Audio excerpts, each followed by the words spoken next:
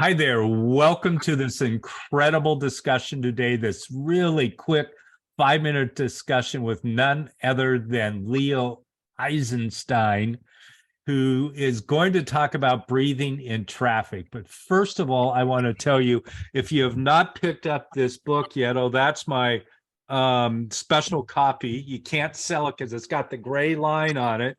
But here's the original copy, #1 in yoga, #1 in meditation, and #1 in alternative therapies.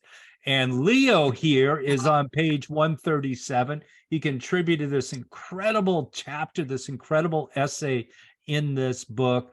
And he's talking about breathing and talking about changing and the possibilities in life. But what I wanted to talk to Leo about today and to ask him to share with you is he likes to talk about, breathing in the middle of traffic and, and all the mayhem that happens out there on the road. So Leo, welcome to our conversation. And do you have 3 things that the listeners can maybe use around breathing in traffic or anywhere for that matter? I'd say that it is anywhere for that matter, actually, Michael. Thanks for having me. I'll say that there's a couple of different things. Of course, trafficking can be pretty scary at times. It can be really frustrating at times. It can be really exhausting at times, So in the instances where I'm in a lot of traffic and I just feel like I'm going to be stuck there for a while, just to take my mind off it, I do a simple breathing technique of just telling myself to breathe in through my nose and out through my mouth. And it kind of distracts me after a while that I notice I'm no longer thinking about being in the traffic jam. I'm thinking about breathing. And it just takes on a different tone inside of the traffic jam. So I'll say that I really do use that, I'll say a considerable amount, but also sadly, right, that a lot of times when you're driving, there's the other drivers that affect your drive.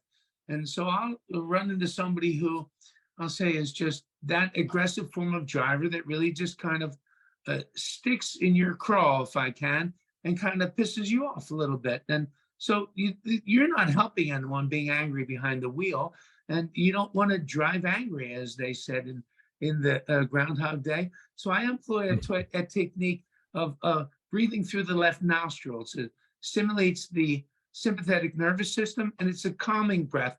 It's like a rest and digest breath. It just soothes you away from the situation. And again, the focus on the breath also distracts you from the situation as well. And I'll say, I guess the third one, I do a lot of driving. It can be exhausting, So there's many different tricks you can use behind the wheel, but the breathing trick I use is to breathe through the right nostril, which is like stimulates physical energy. So it's actually kind of wakes you up. It's almost like a cup of coffee, but I just hold the finger and just breathe through the right nostril.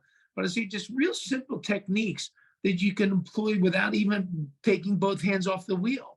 And here you are, it's a different drive. And you've changed the drive.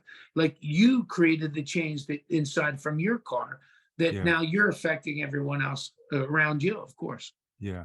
Well, I love that idea, Leo, that you talk about is that affecting change and the possibilities, not the limitations. And, where you came from to where you are today is just a remarkable story. And we don't have time to get into all of that right now. But, to those that are listening, how do you describe yourself, Leo? Me, I'll say that I refer to myself as a big, bold, tattooed, I'll say I'm the least looking like a yoga teacher, even from the front desk, So I'll say that I have a unique visual, so it gives me a unique approach, which also gives people a unique impression of me as well. Yeah. And I love it too. You're teaching 20 classes a week and you just walk and talk and breathe, no pun intended, maybe a little pun. Yeah, I say my greatest thing, Michael, can I say, in the room is I talk to people about what word do you hear the most in the room? The word I'm looking for, of course, is change. But when they say breathe, I know I'm really doing my job. Yeah, I like it. Well, it's to all the listeners, again, if you haven't got the book within yet, be sure to get it. Not only read Leo's essay, but everybody else's too.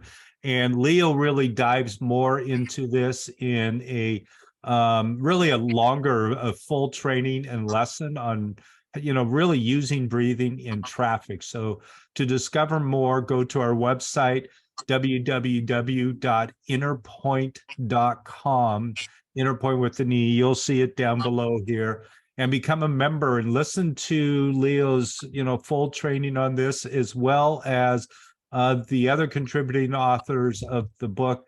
Every week we're releasing a new training, so hop on over so you don't miss anything. And again, Leo, it's just really super great to talk to you. And I know you're off to teach another class. So any final thoughts for the listener? I'll just say, keep plugging away, my friends, right? Never say never. It's always there. Just keep looking for it. You're going to find it. But it's always a pleasure talking to you, Michael. I can't tell you how much. Yeah. Thank you. Love it. And I think I'm going to breathe another day. Enjoy your day.